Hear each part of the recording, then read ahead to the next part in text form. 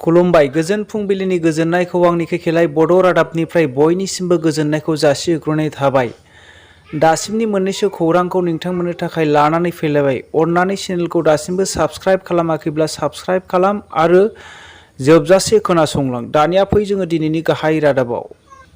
आरोबाव मैया बनसुआ चिरां जिल्लायावहाय आलादा बड'लेण्ड सोमावसारनायनि धरना होदों। चिरां जिल्लानि जिल्ला खुंगिरि एबा डिसिनि दरखं मोखाङाव बिथांमोनहा बे हाबाफारिखौ लानाय जादों।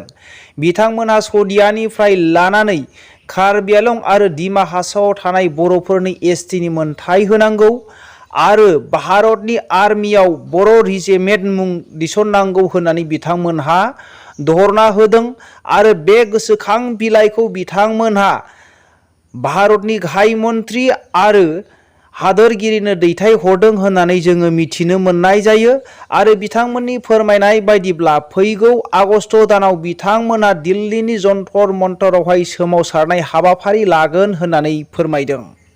बर' हारिनि थाखाय आरो बर' फरायसाफोरनि थाखाय मोनसे गोजोनथाव खौरां। आसाम हायर सेकेन्डारि काउन्सिलआ बर'नि बिनाय जे माहारियारिनि बिथांखि बायदि प्रस्ताब लानायखौ गनायनाय जाबाय। फैगौ 2023 मायथाइनिफ्रायनो बर' रावै ओइचएस एबा हायर सेकेन्डारि आनजादखौहाय होनो मोनसिगोन होननानै बिथांमोनहा थि खालामनानै लानाय जादों। दा बेंगालि, इंलिश आरो एसामिस रावजों बिथांमोनहा होनो मोनो। दा जोंनि बर' रावजोंबो 2023 मायथाइनिफ्राय हायर सेकेन्डारि आनजादखौ होनो मोनसिगोन होननानै मिथिनो मोननाय जायो। बेयावहाय आसुनि आफादगिरि दिपेन बर' आरो खनिन्द्र बसुमतारी लोगो लाहैदोंमोन आरो बर'नि दैदेनगिरि थरेन बर', कामेस्वर बर', बिनय कुमार नार्जारी, बर' सोलोंथाइ डिपार्टमेन्ट अफ आसामनि बिथांमोनहाबो बाहागो लानानै बे सावरायनाय मेलखौ थि खालामनानै लानाय जायो होननानै जोङो मिथिनो मोननाय जादों। मैया गोबां फरायसाफोरा नलबारि दमदमायावहाय सोमावसारदों। स्कुटि नांगौ जोंनोबो, स्कुटि मोनाब्ला जों जिराया। जोंखौ बिमा बाथुलनि नोजोरजों दानाय। 2021 मायथाइयाव कभिडनि जाहोनावहाय जोंनो स्कुटि होनाय जायाखै आरो एग्जामखौ ओरैनो पास खालामनानै होनाय जादोंमोन आरो गोबां मोजां मार्क मोननाय फरायसाफोरा बुंदों जोंनो स्कुटि होआब्ला जों जिरायनानै थाया।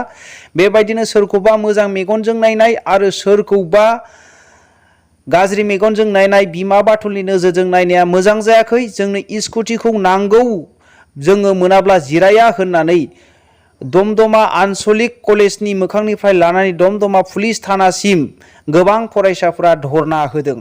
मोनसे गेदेरथार दुखुनांथाव खौरां। आंखालनि थाखायनो उदालगुरि जिल्लानि खलायगाव ओनसोलनि नखरसे बिसि फिसाया गावसोरखौनो फोजोबस्रांनानै लाबाय। मिथिनो मोननाय बायदिब्ला बिसोरो बर'झारनि टियापुख्रि गामिनि होननानै मिथिनो मोननाय जादों। गोबांथार आंखालजों सेख्रेब जानायावहाय सहायनो हायैयाव बुथारनानै लादों होननानै बिसिनि फिसाजो सानैया फोरमायदों। मिथिनो मोननाय बायदिब्ला बिनि मुंखौ 60 बोसोरनि बलराम बर' आरो बिसिनि मुंखौहाय सावना बर' होननानै मिथिनो मोननाय जादों। गोबाव समनिफ्रायनो बिसि सावनाया बेमारजों गोग्लैसोनानै दङमोन।